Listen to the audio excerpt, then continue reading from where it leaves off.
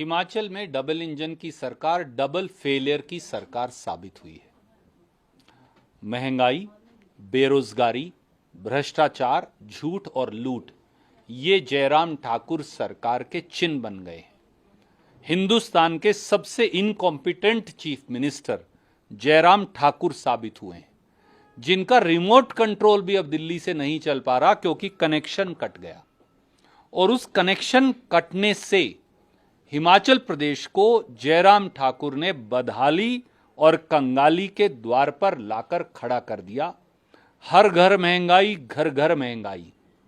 Bharatiya Janata party को भगाओ और नए भविष्य का निर्माण करवाओ, ये नारा अब चल रहा है, क्योंकि भाजपा ने महंगाई और बेरोजगारी और भ्रष्टाचार से हिमाचल के लोगों की जिंदगी त्रस्त कर दी है।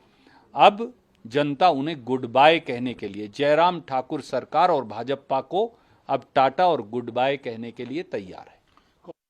किस हिसाब से आपको लग रहा है कि आप सरकार बना पा रही है कांग्रेस पार्टी?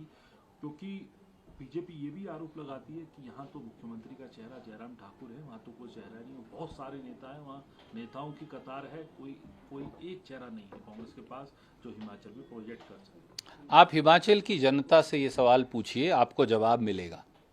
लोगों के चेहरे देखिए, लोगों का भाजपा नेताओं के प्रति गुस्सा देखिए, भाजपा के कैंडिडेट्स इलाके छोड़कर जिस प्रकार से भाग रहे हैं वो मंजर देखिए।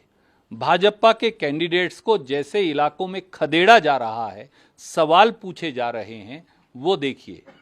अचंबा मत मानिए और ये जरूर नोट कर लें, मुझे लगता है कि जयराम ठाकुर भी अपनी सीट बचाने में बहुत मुश्किल पाएंगे और उनका पूरा मंत्रिमंडल चुनाव हार रहा है। जनता जीत रही है, कांग्रेस नहीं, और जनता कांग्रेस के साथ है। सर, आखिरी रहेगा कौन आपकी बागडोर संभालेगा?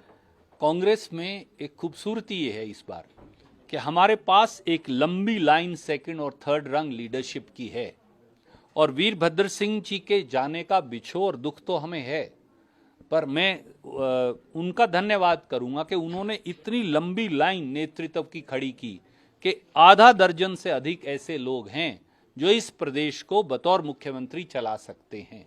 इसलिए एक तरफ एक फेल्ड मुख्यमंत्री है जिसने 5 साल में कॉपी किताब में कुछ लिखा ही नहीं और 0 नंबर आए 100 में से, जो देश का सबसे इनकॉम्पिटेंट मुख्यमंत्री हैं जयराम ठाकुर जी। और दूसरी तरफ एक काबिल, तजर्बेकार, युवा, तरुणाई, उनसे ओतप्रोत कांग्रेस का नेतृत्व है, और यही जनता स्वीकार रही है। आखिरी सवाल सर, राहुल गांधी बहन भाई में झगड़ा है, इसलिए राहुल गांधी यहाँ नहीं आते। रविशंकर प्रसाद का भी सुना आपने बयान। स्मृति ईरानी ने कहा कि भारत जोड़ो यात्रा कर रहे हैं राहुल गांधी, जब से अमेठी से हारे हैं तो लगातार भाग ही रहे हैं देश। दो पहलू हैं। पहली बात तो अनुराग ठाकुर और जयराम ठाकुर में तो बहुत प्रेम है ना, वो तो गल भैया हुए हैं एक दूसरे से, और नड्डा साहब में और इन दोनों में भी बहुत प्रेम है, और धूमल साहब में और इन दोनों में भी बहुत प्रेम है, और सत्ती जी और इन बाकी सब का क्या। यहाँ 50 भारतीय जनता पार्टी हैं, एक नहीं। सत्ती जी की अपनी पार्टी है, धूमल साहब की अपनी पार्टी है, अनुराग ठाकुर की एक अलग पार्टी है, जेपी नड्डा की एक अलग पार्टी है, और जयराम ठाकुर इन सबको निपटाने में लगे हैं। पहले भी निपटाया था धूमल साहब को, ये हिमाचल की जनता देख चुकी है। और ये राहुल गांधी जी के नाम से इतना खौफ क्यों खाती है भाजपा, इतना डरते क्यों है राहुल गांधी शब्द से? इसलिए कि राहुल गांधी जी ने इस देश के वो मुद्दे जो गारंटियों की शक्ल में हर घर में गूंज रहे हैं, बेरोजगारी मिटाने का, इस देश में महंगाई से लोहा लेने का, चौतरफा भ्रष्टाचार के खात्मे का, नफरत की राजनीति का, लूट और झूठ की राजनीति के खात्मे का, ये वो मुद्दे हैं जिन्हें लेकर 3570 किलोमीटर की यात्रा पर राहुल जी निकले हैं। वो शारीरिक तौर से ना हो, पर आत्मा, वचन और कर्म से हर घर और हर कांग्रेस जन के अंदर हैं, और वही तो आवाज है, वही आवाज तो है जो राहुल जी उठा रहे हैं, जिन पर कांग्रेस चुनाव लड़ रही है। और स्मृति जी को राजनीतिक दिवालियापन जो है वो उससे ग्रस्त हैं। अच्छा होगा वो गैस सिलेंडर सर पर लेकर पूरे देश में यात्रा करें, तो हो सकता है उनका भला हो या ना हो, इस देश में शायद सिलेंडर सस्ता हो जाए।